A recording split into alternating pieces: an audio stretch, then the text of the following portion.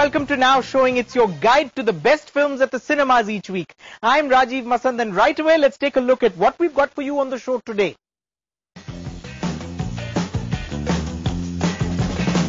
In the cinemas, madcap Bollywood comedy Fruit and Nut, from Hollywood Meryl Streep starrer Julie and Julia, and kiddie flick G-Force. New films rated and reviewed.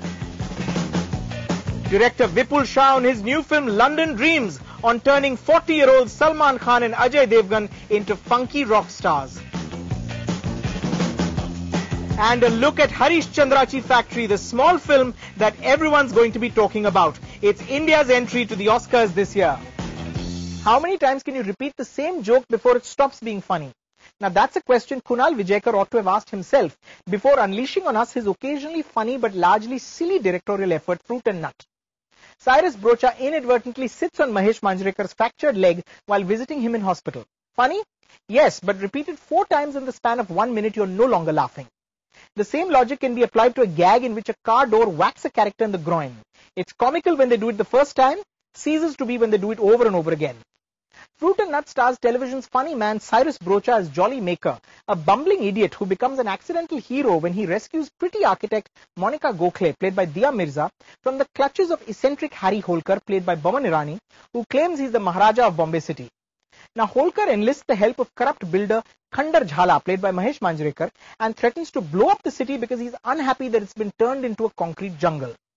Now the film's core idea is interesting and it has the potential to make for an engaging satire, but Fruit and Nut settles for pratfalls and slapstick humor instead of the smart writing it so badly needs. There are a few gems though, like that track involving the 2 aging hitmen from Dubai, Salim and Suleiman, who missed their target because one's got a cataract condition and the other's got Parkinson's.